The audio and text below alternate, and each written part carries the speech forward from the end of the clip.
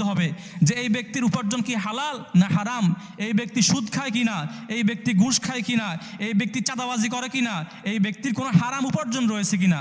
শরিক নেওয়ার ক্ষেত্রে একেবারে এই বিষয়টা একেবারে বেশি খেয়াল রাখতে হবে, যাতে আমাদের একজনের কারণে বাকি সবার কোরবানি নষ্ট না হয়। আপনার একজনের 1 টাকা হারাম দিয়েছে, কয় টাকা কোরবানির মধ্যে 1 টাকা হারাম, বাকি সবার কোরবানি নষ্ট হয়ে যাবে। এই জন্য শরিক নেওয়ার ক্ষেত্রে সর্বোচ্চ সতর্কতা অবলম্বন করতে হবে।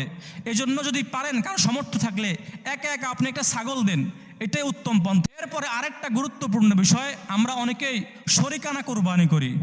কোন প্রাণীর মধ্যে কয়টা শরিক হইতে পারবে? কোনো ব্যক্তি ছাগল, বেড়া, দুম্বা দিয়ে কোরবানি করলে একজন ব্যক্তির জন্য একটা ছাগল, একটা দুম্বা, একটা বেড়া। দুম্বা, বেড়া, ছাগল এগুলোর মধ্যে 1 শরিকের বেশি অংশগ্রহণ করতে পারে না। একজনের জন্য একটা ছাগল। আর এর বিপরীত ওট, গরু, মহিষ এই 3টার মধ্যে সর্বোচ্চ 7 শরিক অংশগ্রহণ করতে পারবে। কয় শরিক? 7 শরিক। আপনি চাইলে একাও কোরবানি করতে পারেন, 2 শরিক, 3 শরিক, 4 শরিক, 5 শরিক, 6 শরিক, সর্বোচ্চ কয় শরিক? 7 শরিক। 7 শরিকের বেশি কোরবানি করতে পারে না। এখন শরিক নেওয়ার ক্ষেত্রে সবচাইতে বেশি দেখার বিষয় হলো, আপনারা একটা গরু 7 জন মিলে কোরবানি করবেন। শরিক নেওয়ার ক্ষেত্রে সবচাইতে যে বিষয়টা আপনি গুরুত্ব দিবেন সেটা হলো, আপনার পাশাপাশি যারা শরিক রয়েছে এরা সবাই হালাল টাকা উপার্জন করে কিনা। মনে করেন আপনারা 6 জন সবাই মাশাআল্লাহ হালাল উপার্জন করেন, একজন মানুষ হারামখোর, ওই ব্যক্তির উপার্জনটা হারাম, তাহলে ওই একজন মানুষের কারণে আপনাদের বাকি 6 জনের কোরবানি নষ্ট হয়ে যাবে। এই জন্য শরিক নেওয়ার ক্ষেত্রে সর্বোচ্চ যাচাই বাছাই করতে হবে যে এই ব্যক্তির উপার্জন কি হালাল না হারাম, এই ব্যক্তি সুদ খায় কিনা, এই ব্যক্তি ঘুষ খায় কিনা, এই ব্যক্তি চাঁদাবাজি করে কিনা, এই ব্যক্তির কোনো হারাম উপার্জন রয়েছে কিনা।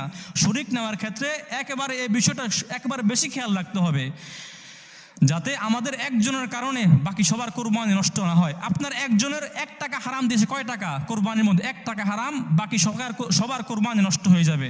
এই জন্য শরিক নেওয়ার ক্ষেত্রে সর্বোচ্চ সতর্কতা অবলম্বন করতে হবে। এই জন্য যদি পারেন, কারণ সামর্থ্য থাকলে একা একা আপনি একটা ছাগল দেন, এটাই উত্তম পন্থা। কারণ শরিক নিলে আপনি তো একবার নিশ্চিত জানতে পারেন না এই ব্যক্তির কি হালাল না হারাম। এই কারণে পারলে আর কি সম্ভব হলে আপনি একটা ছাগল দেন, কোনো সমস্যা নাই। শরিক নেওয়ার জন্য একেবারে যাচাই বাছাই করতে হবে যে আমার যে শরিক রয়েছে এই ব্যক্তিকে হালাল উপার্জন করে না হারাম। আল্লাহ তাআলা আমাদের সবাইকে যাচাই বাছাই করে শরিক নেওয়ার তৌফিক দান করুন।